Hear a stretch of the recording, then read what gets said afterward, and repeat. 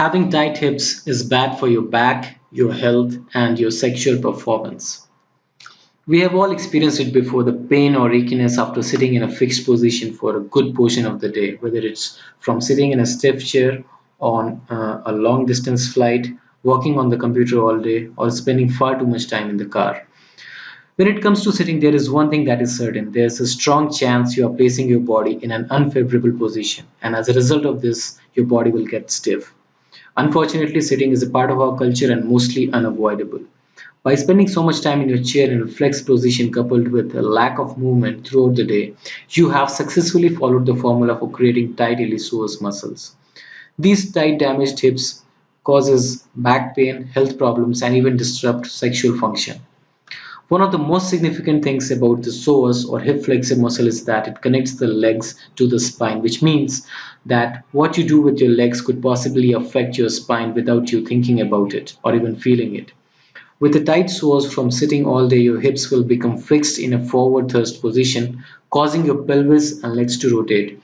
This forward tilt will cause your hip socket to become compressed, leading to pulling and shifting of joints, tendons, and muscles pulling on your lower back.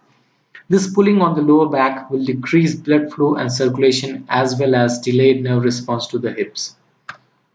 Tight hips can affect your sex life as well. Decreased blood flow and circulation will happen with tight hips. If you thought that was bad enough, let us look at the emotional side of the issue, as this might be more important than our physical performance in the bedroom. Our emotions have a lot to say about the current state of our sex life. Ask anyone if emotions and feelings have a role in their sexual desire.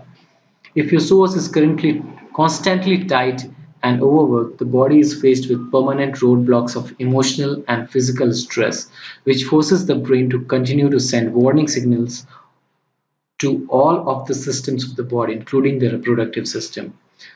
These signals trigger responses within the body that will cause an overexertion of the adrenal glands and will weaken the body's natural immune response to stress. Stress and sex do not go together. Remember, the hips are the primary movers in sex, and it's somewhat common sense that we want our hips to be loose and flexible in order to achieve great dynamic sex. So, what does this mean for your sex life? If you sit all day and aren't doing the appropriate work needed to fix your hips, you can be sure you're not tapping into your peak sexual health. This video isn't all doom and gloom because luckily there is an easy fix.